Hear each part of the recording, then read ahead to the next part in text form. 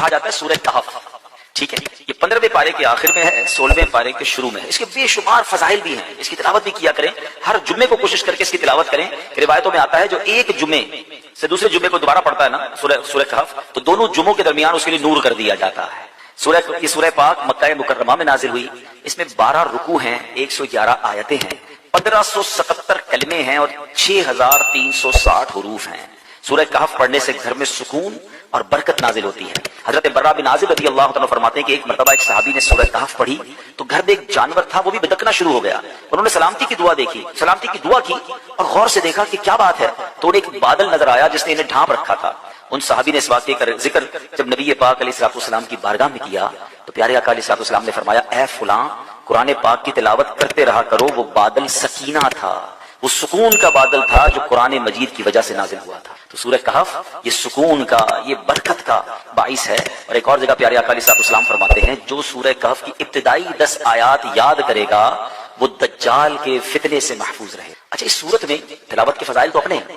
اس سورت سے ایک ہی سورت میں 3 کمال کے واقعات ہیں. ایک تو وہی کہف, غار, کہف کہتے ہیں غار کو, غار والا واقعہ ہے. ایک اس کے اندر حضرت ذوالقرنین کا واقعہ, اللہ اکبر, پڑھنے سے تعلق رکھتا ہے. East and west and north تینوں جگہوں کا آپ نے سفر کیا, دنیا کے 3 کونوں کا آپ نے سفر کیا, اور جو آپ نے وہاں ایکسپیرینس کیا کمال کی باتیں, اور ان کی پھر وہاں کیسے ملاقات ہوئی, یاجوج ماجوج کو کیسے پایا اور کس طرح اس کو جا کے انہوں نے بلاک کیا, یہ سارا واقعہ اس صورت میں موجود ہے. اور تیسرا اس میں واقعہ حضرت موسیٰ علیہ السلام اور حضرت خضر علیہ السلام کی جو ایک بڑی کمال کی ملاقات ہے, اس ملاقات میں کیسے کیسے واقعات ہیں. یعنی میں یقین کریں میرے پاس ٹائم ہوتا تو میں آپ کو سورہ کہف کے تینوں واقعات سناتا, لیکن یہ سب چیزیں ڈیفائن کرنے کا مقصد یہ کہ یہ آپ کے اور میرے قرآن میں سب موجود ہے. اچھا, ایک اور بات بتاؤں کہ یہ اصحاب کہف پر یا اس واقعے پر جو بھروسہ یا ایمان یا عقیدہ ہے نا, یہ صرف مسلمانوں کا نہیں ہے. یہ دیگر مذاہب کی کتابوں میں بھی 7 سلیپرز کہلاتے ہیں, 7 سونے والے.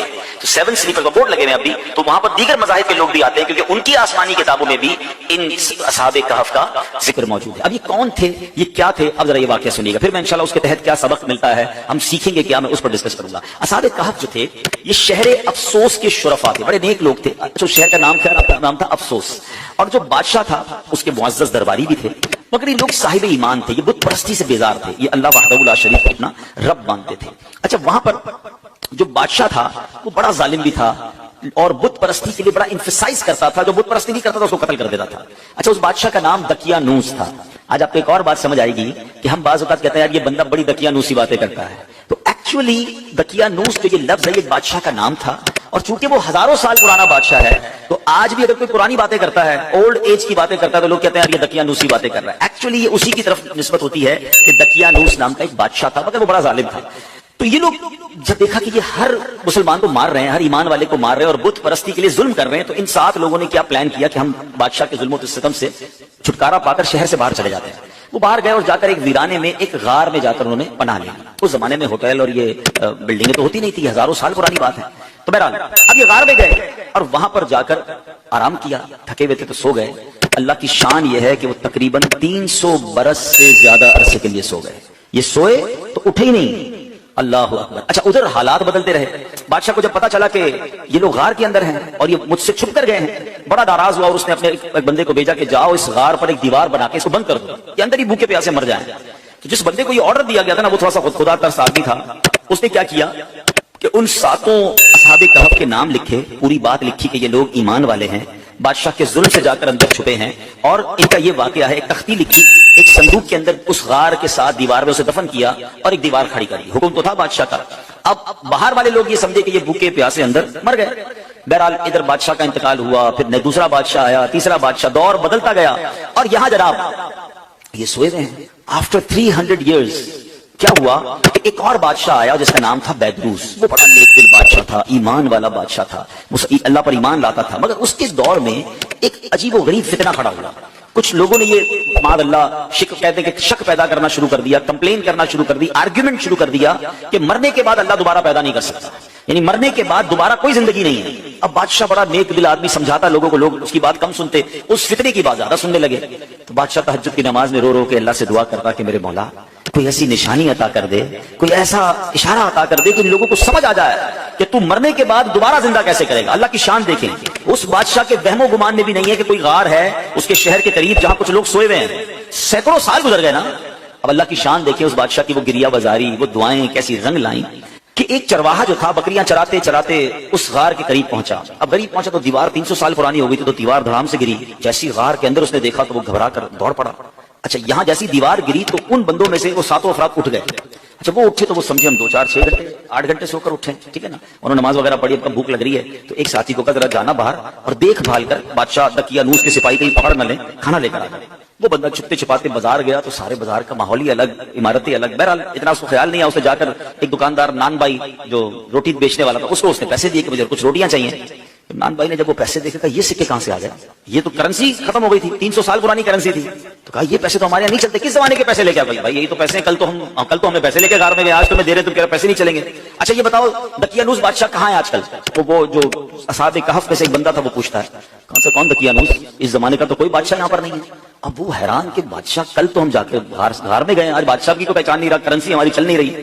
ادھر وہ نان کے ہر حرف کے بدلے، ہر آیت کے صدقے، ہر سورت اور ہر پارے کے صدقے ہم سب کی مغفرت فرمائے، ہمارے گناہوں کو معاف فرمائے، ہمارے ماں باپ کی بخشش فرمائے، ہمارے مرحومین کی مغفرت فرمائے. بالخصوص امت مسلمہ پر جو مشکل وقت آیا ہوا ہے، مسلمان خوف میں تکلیف میں مبتلا ہیں. رب کریم سے دعا ہے کہ اے بدر کے میدان میں فرشتوں کی فوج بھیجنے والے مولا مسلمانوں کی غیب سے مدد فرما، اسلامی سرحدوں کی حفاظت فرما. بالخصوص ہمارے وطن عزیز پاکستان کے بسنے والے رہنے والے تمام مسلمانوں کی خیر فرما اور پاکستان کی سرحدوں کی بھی حفاظت فرما.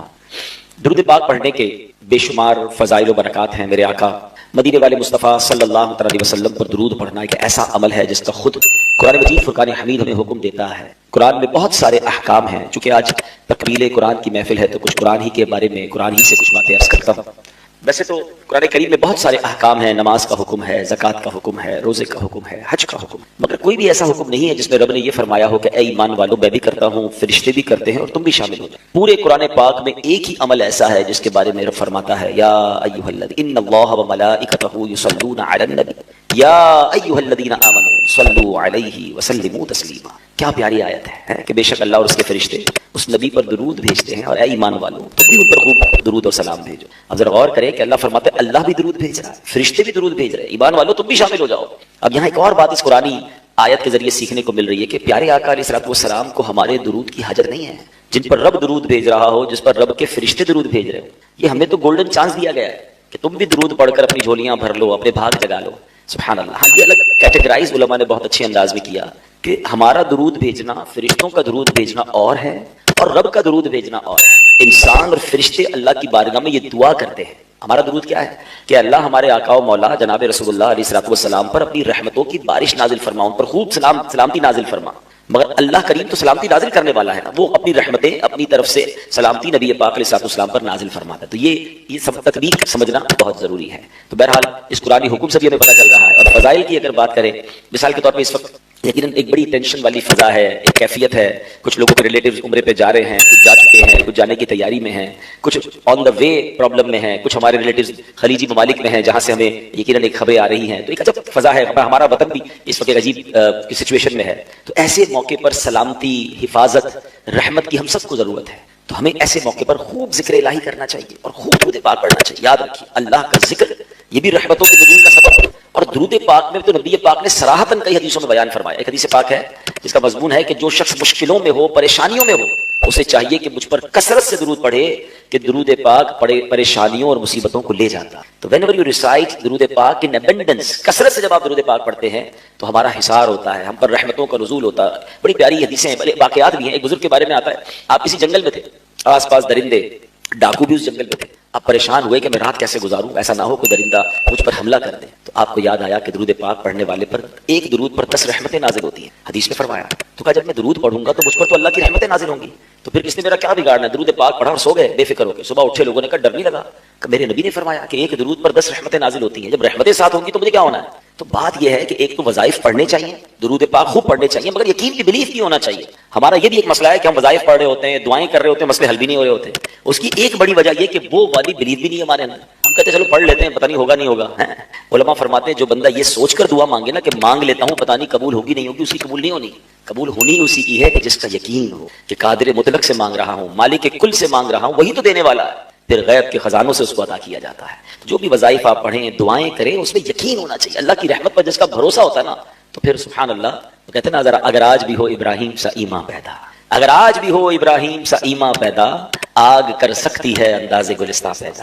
ہمیں آج وہ یقین ہمارے پاس سے چلا گیا، ورنہ حضرت ابراہیم کا یقین تھا، آگ باغ بن گئی. 313 صحابہ کا یقین تھا کہ اللہ کے نبی ساتھ ہیں اور اللہ کی رحمت پر بھروسہ تھا، سامنے لشکر بڑا ہے، ہتھیار بڑے ہیں، مگر یقین تھا تو پھر فرشتے مدد کو آئے. رب وہی ہے، یاد رکھیے. ہاں ہم اس قوم کے نہیں ہیں مگر اللہ وہی ہے. وہ رب جو فرشتے نازل کر سکتا ہے بدر کے میدان میں، وہ آج بھی مسلمانوں کی مدد کو فرشتے نازل کر سکتا ہے. جو حضرت ابراہیم کی آگ کو باغ بنا سکتا ہے، وہ خالق کل آج بھی ہماری غموں کی آگ کو باغ بنا سکتا ہے. جو حضرت موسیٰ اور ان کے ساتھیوں کے لیے دریائے نیل میں راستے نکال سکتا ہے، میرے رب کی قدرت میں کبھی کوئی نہیں ہوئی، وہ آج بھی راستے نکال سکتا ہے. مگر وہ جو یقین تھا، وہ جو اللہ پر بھروسہ تھا، وہی شیک ہو گیا نا. ہمیں آج اسباب پر بھروسہ ہو گیا. آج ہم سمجھتے ہیں جب تک پیسے نہیں ہوں گے تو مسئلے حل نہیں ہوں گے، تعلق نہیں ہوں گے تو معاملہ ٹھیک نہیں ہوگا، ریسورسز نہیں ہوں گے تو نکل نہیں پائیں گے. نہیں، ہمارا مسلمان ہے، ہمارا سب سے پہلا بھروسہ رب پر ہونا چاہیے. وہ خالق کے اسباب ہے. اگر پیسوں سے ہی مسائل حل ہوتے لوگ کہتے ہیں یار برے وقتوں کے لیے پیسے ہونے چاہیے، بندہ مشکل حالات میں مال ہوگا تو بچ جائیں گے. مجھے بتائے اگر پیسوں سے خوشیاں خریدی جا سکتی ہوتی تو آج کوئی امیر غمگین نہ ہوتا. پیسے خرچ کرتا، غم دور کر لیتا. ایسا نہیں ہے. خوشی دینی رب نے ہے، سکون دینا رب نے ہے. غریب لوگ بعض اوقات بڑے پرسکون ہوتے ہیں اور امیر کی ٹینشن ہی ختم نہیں ہو رہی ہوتی، کیونکہ ایکچولی یہ سب ملنا رب سے ہے نا. تو آج پہلے تو ہم بیان کے شروع میں یہ سمجھ لیں، سیکھ لیں کہ ہم نے اپنے مالک پر بھروسہ کس لیول کا کرنا ہے. جو آج پریشان ہے نا، حدیث پاک کا خلاصہ ہے کہ اگر تم اللہ پر بھروسہ کرو جیسا بھروسہ کرنے کا حق ہے